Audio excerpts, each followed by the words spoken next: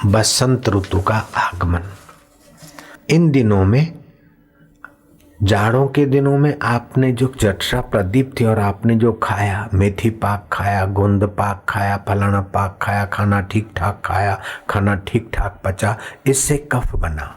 अथवा तो दिन को भोजन करके आप सो गए तो कफ, वात, पित्त तीनों दोषों की अभिवृद्धि हुई। अब जवानी में आप बुढ़ापे की थकान महसूस करेंगे। तो अब क्या करना है कि वसंत ऋतु का फायदा उठाना है। इन दिनों में क्या होगा कि खांसी, बुखार, सर दर्द, चेचक, दस्त, उल्टी, डॉक्टरों की गिराकी बढ़ जाएगी। ये कोई अंतर्यामी पद्धति से मैं नहीं कहता हूं, ऋतु के अनुसार शरीर पर असर पड़ती है। उल्टी, गले में खराश, टॉन्सिल बढ़ना, सिर भारी रहना, सुस्ती, आलस्य, ये सब बढ़ जाएगा। अब वो रोग आने वाला है। जैसे आप कार चलाते, बम्पर आने वाला है तो पहले से स्लो कर दो तो बम्पर की जर्क नहीं लगेगी इतनी। अभी आने वाली सीजन है और हमें ऋषि कहते हैं कि ये सीजन आए बसंत ऋतु, उसके पहले आप अलर्ट हो जाओ। इन दिनों में भुने चने थोड़े बहुत, भोजन में मूंग, अदरक, हरी हल्दी, ताजी मूली, पुराने जौ, पुरानी गेहूं, नागरमोथा और सौंठ का काढ़ा, इस कफजन दोषों की जड़ें उखाड़ के फेंक देगा। होता क्या है कि सूर्य के बसंत ऋतु आने से सर्दी थोड़ी कम हो गई, सूर्य के सीधे किरण पड़ते हैं, ताप बढ़ता है, तो आपकी सूक्ष्मतम नाड़ियों पर ताप की असर होती है और कफ पिघलता है, पिघल कर आता है जठरा में। जैसे चूल्हे में आपने एक गिलास पानी डाल दिया तो चूल्हे की जो हीट थी, जो गर्मी शक्ति थी, वो मंद हो गई। फिर आपकी रोटी कैसी पकेगी? पहले जैसी खुलेगी नहीं, मरी मरी पकेगी। ऐसे ही ये मौसम आएगा तो आपका खाना मरा मरा पकेगा। और आपको आदत है सर्दी में खाते तो उतना ही खाते, तो वो लोड पड़ जाएगा, लोड पड़ेगा तो सुस्ती, और फिर उसको पचाने के लिए कच्चा रस अंदर नाड़ियों में जाएगा, उसको पचाने के लिए प्रकृति ताप पैदा करेगी, बुखार, और गोली ले लेंगे। वो गोली आगे चलकर लीवर को, किडनी को, हार्ट को, फलाने को, डिंगड़े को साइड इफेक्ट करेगी।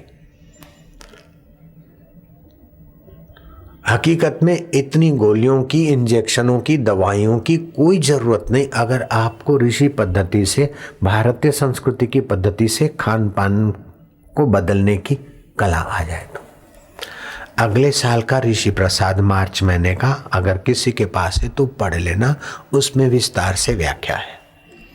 फिर होली के दिन आते तो हमारा ये कफ पिघलता है। ये दोषों से बचने के लिए तो खान पान में आपने कुछ कर दिया।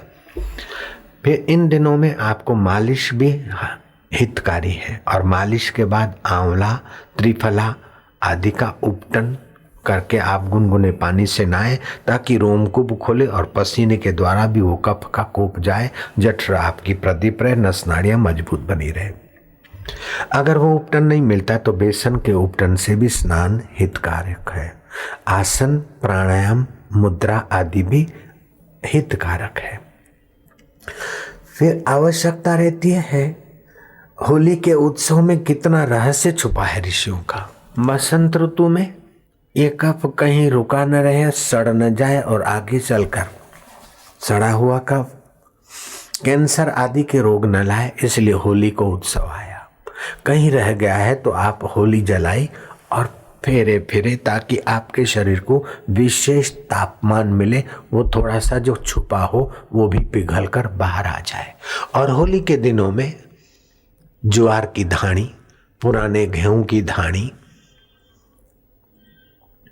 आदि खाने की व्यवस्था है। होली के दिनों में होली को फेरे फिरते ही खजूर वहां धर देते कि होली के बाद खजूर बड़ी देर से पचती है, अब पाचन तंत्र कमजोर हुआ, खजूर खाएंगे तो और लोड पड़ेगा, खजूर खाने की मनाही हो गई होली के बाद।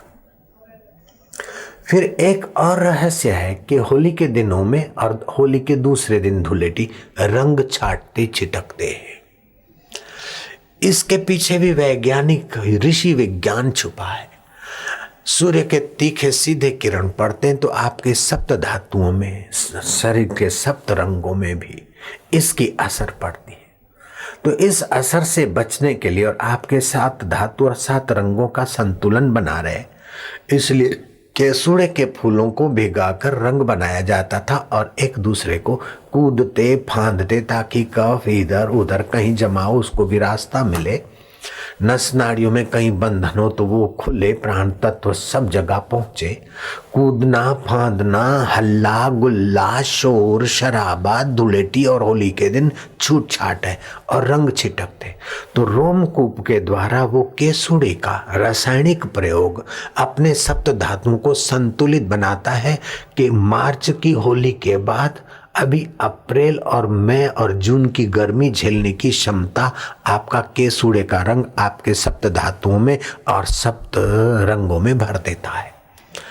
लेकिन आश्चर्य तो यह है कि वो होली जिस लिए बनी और जिस हित के लिए चली, वो हित भूल गए लोग। केमिकल के रंग छिटकने लगे। केमिकल का रंग श्वासोश्वास से अंदर कुछ अंश जाता है, फेफड़ों को, जठरा को आदि को हानि करता है, रक्त के कणों में मिश्रित होकर हानि करता है। मुंह पर लगाते बंदर छाप बना देते, आंखों को बड़ी हानि करता है। ऐसे दोस्तों से बचना जो आपका मुंह केमिकल के रंगों से रंगे। ऐसे दोस्तों की पिचकारी से बचना कि जिसमें केमिकल के रंग हो। उनको पहले ही बता देना कि आप हम एक दूसरे को रंगेंगे, या तो जलेबी का कलर हलवाई के यहाँ का, मिठाई के सात्विक कलर, या तो फिर केसुड़े के फूल। अब सब लोग केसुड़े के फूल कहाँ लेने जाए, इसलिए आश्रम ने ये व्यवस्था की और कई कुंटल केसुड़े के फूल एकत्रित हो जाते हैं, गंगा जल में भिगोए भी जाते हैं और होली का उत्सव में 3 दिन की शिविर में और 5-5 हाउस पावर की मशीनें लगती और बड़ी पिचकारी और हजारों लाखों लोगों को एक साथ उस रासायनिक सात्विक रंग का फायदा मिले और भगवान की भक्ति के रंग का फायदा मिले। इसलिए होली का उत्सव सूरत आश्रम में हर साल मनाया जाता है। जो एक बार आ गया और देख लिया तो वो दोबारा आए बिना अपने को रोक नहीं सकता। और ऐसे भीड़ बढ़ते बढ़ते 40 एकड़ का आश्रम होली शिविर में नन्हासा हो जाता है, पैर रखने की जगह नहीं मिलती। नागरमोथा और सौंठ का काढ़ा बच्चों को जिनका स्वास्थ्य लड़खड़ाता है उनको तो जरूर पिलाना चाहिए। आप लोग अगर दम्मे का अटैक होता है तो जिस समय दम्मे का अटैक होता है उसी स्वर को बंद कर दो, दूसरे स्वर से श्वास लो, अटैक के ऊपर अटैक हो जाएगा, आपके स्वास्थ्य में कंट्रोल हो जाएगा। अभी कोई साधु बता के गए फार्मूला, तो दम्मे की बूटी बन रही है वो होली तक। अब ये दम्मे बम्मे के अटैक अब आने की सीजन है, उसके पहले बूटी बन जाएगी। लेकिन बूटी के गुलाम मत बनना। मैं तो कहूंगा कि आप आश्रम का संत कृपा चूर्ण भी मत लेना। आप ऐसे ही तंदुरुस्त रहो तो चूर्ण की ऐसी तैसी। जयराम जी की आप बिना चूर्ण के स्वस्थ रहो, बिना इंजेक्शन के स्वस्थ रहो, बिना कैप्सूल के स्वस्थ रहो। लेकिन किसी दुर्भाग्यवश कैप्सूल खाना पड़ता है तो आयुर्वेदिक वाले भी आजकल कैप्सूल बनाने की होड़ में आ गए, अच्छे पैसे मिलते हैं।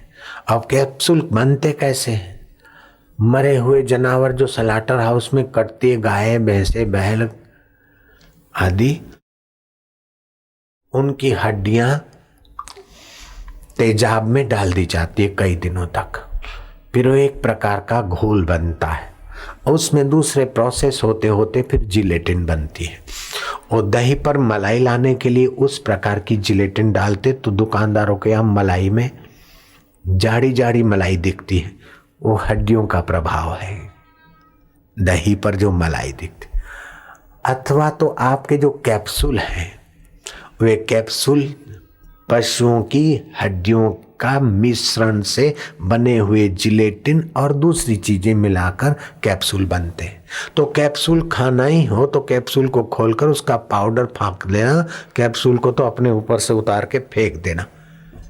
क्योंकि आप मरे हुए पशुओं की हड्डियां और तेजाब और दूसरे केमिकलों से मिश्रित कैप्सूल खाकर बीमारी को निकालने के लिए, बकरे को निकालने के लिए गधा पेट में क्यों डालना। कहावत है गुजरात की, बकरू काटता ऊंट केम पैसाड़ो। ये आइसक्रीम जो बनती है उसमें स्मूथनेस होता है, ये उसी पाउडर का प्रभाव होता है। तो एकादशी का व्रत है और है नहीं, और ये वसंत ऋतु में जो ठंडे पेय पीते हैं तो समझ लो उनको कफ जन्य रोग होने हैं। अब रोग प्रतिकारक शक्ति पावरफुल है, जवानी है तो पता नहीं चलता, लेकिन फिर भी वे जवानी का फायदा मजा नहीं ले पाएंगे और जल्दी बुढ़ापे की खबरें उनके जीवन में आ जाएगी। तो आप ऐसे ठंडे पीने और आइसक्रीम आदि बसंत ऋतु में नहीं। कुछ लोग ये मान बैठे कि चलो गर्मी है, जरा छाछ जरा दही खा ले। और सिंधी साएं और पंजाबी पट्टे मोटे मोटे तो दिखते हैं, लेकिन दही के कारण उनको कफजन्य बीमारियों का बहुत सामना करना पड़ता है। और बादामियाँ, काजू, अखरोट वो देर से पकते हैं। और पनीर दूध का, जिससे दुश्मनी हो उसको अपने तरफ से पनीर खिलाओ, जल्दी मरेगा। जिससे अपनी दुश्मनी हो उसको अपने तरफ से मावा खिलाओ, अकाल मरेगा। मावा, पनीर और बादाम और पिस्ते और काजू अगर पच जाए तो ठीक, नहीं पचे तो तौबा करते। इसलिए काजू 7 से ज्यादा मोरारजी भाई देसाई भी नहीं खाते थे, हम भी 7 से ज्यादा काजू नहीं खाते, और वो भी अब बंद करेंगे। 5 खाएंगे या तो 3 खाएंगे या तो नहीं खाएंगे। कल से लगभग बंद, कल तो नहीं खाए हमने। अब इतना श्रम करते तो भोजन में 2, 4, 5 काजू हो। वायु प्रकोप हो, बोलने से वायु ऊपर हो जाता है, तो वायु प्रकोप न हो, इसलिए ऐसा खुराक खाना चाहिए। घी है, थोड़ा काजू है आदि, अथवा तिलक आदि है चंदन का, उसमें केसर पड़ता है तो चंदन ठंडा करे और केसर वायु को मारे, इसीलिए वो तिलक किया जाता है।